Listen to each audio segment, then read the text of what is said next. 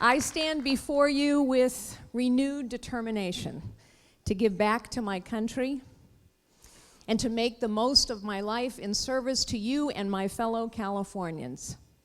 Having gone through chemotherapy and beaten back cancer, I am certainly not intimidated by a career politician whose sharp tongue and invisible legislative record is a major embarrassment to this state. It is no wonder that millions and millions of American citizens feel betrayed. They feel that Washington is broken. But it is not Washington that is broken. It is the detached and arrogant leadership in Washington that is broken. There is nothing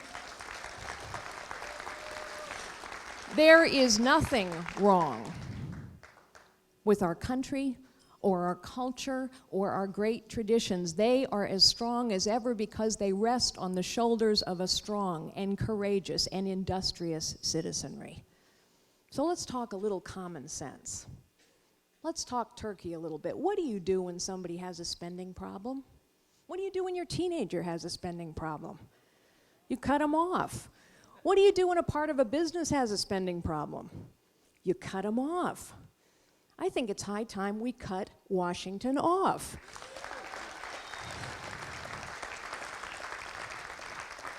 And that is why I signed the Taxpayer Protection Pledge.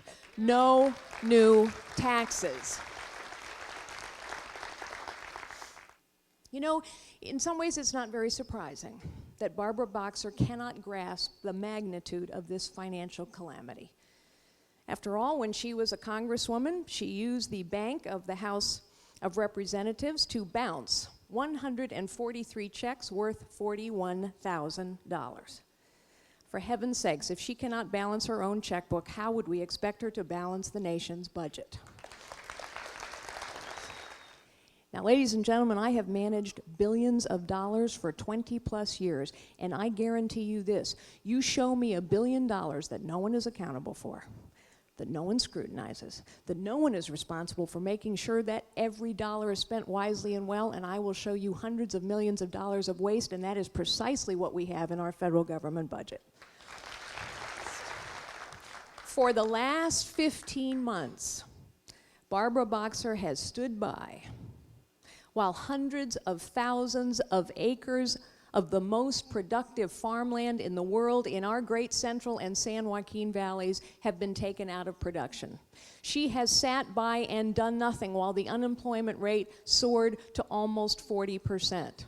When it came time to do something and to say that the farmers and the farm workers and the families were more important than a 2-inch fish called the smelt, Barbara Boxer sides with the fish. 3 times she has stood by while our farmers and our farm workers and our families are out of work. You know, at the end of the Great Depression, the camps of the unemployed were called Hoovervilles. I think we should call the good people of San Joaquin Valley the Boxervilles. I will fight for every job.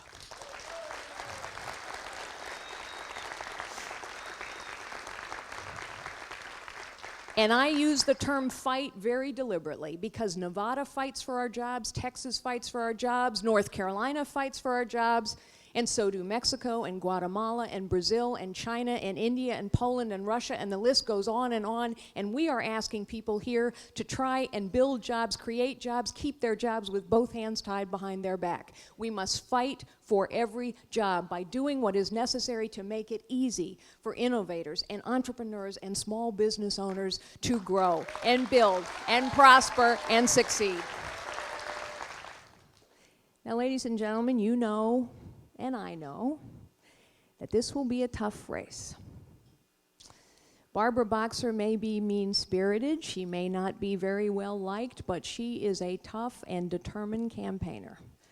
And the national left-wing brigades will descend on California to protect her seat and to protect their access to power. So get ready.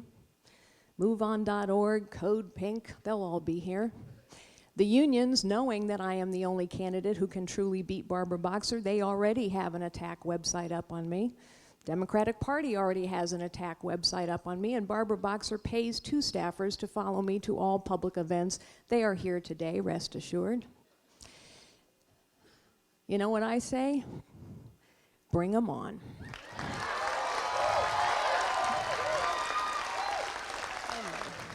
With your help and your prayers, I will run the campaign of a lifetime, and I will not only send Barbara Boxer home, but I will bring you the highest of energy and the hardest of work to make you proud of your new U.S. Senator. Thank you so very much, and God bless you.